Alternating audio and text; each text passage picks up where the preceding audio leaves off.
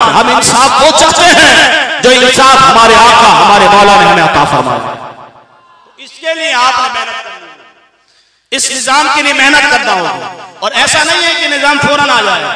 पहले मैदान बदर हुई, मैदान ओहद हुई, खंदक हुई, ये तमाम गज़वात हुए हैं। उसके बाद फतह मक्का हुआ, उसके बाद मक्का फतह हुआ, उसके बाद पूरा एक इराक का निजाम दिया, पूरा सिस्टम दिया।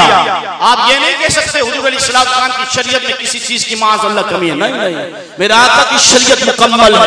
सुबह क़यामत तक जो भी सवाल करोगे शरीयत मुस्तफा से आपको जवाब मैसर होगा, आपको जवाब मिलेगा। निजाम कैसे चलाना है हुजूर के दीन से पूछो, अदल कैसे कायम करना है हुजूर के दीन से पूछो, अक़लियतों के हुकूक कैसे देना है हुजूर के दीन से पूछो। हज़रात मोहतरम, पाकिस्तान की मईशत बेहतर किस अंदाज में बनाई जा सकती है हुजूर के दीन से पूछो। इकोनॉमी किस अंदाज के अंदर बेहतर बनाई जा सकती है हुजूर के दीन से पूछो। खारजा पॉलिसी किस अंदाज के अंदर बेहतर बनाई जा सकती है हुजूर के दीन से पूछो। क्योंकि हज़रत अबू बकर सिद्दीक़, हज़रत उमर फारूक, हज़रत उस्मान गनी, हज़रत मौलाए कायनात ने कहीं और से नहीं पढ़ा था, जो भी पढ़ा था मुस्तफा की बारगाह से पढ़ा था। और यही पढ़ने का नतीजा था कि उमर बिन खत्ताब ने 22 लाख मुरब्बा मील पर इस्लाम के परचम को बुलंद फरमाया था।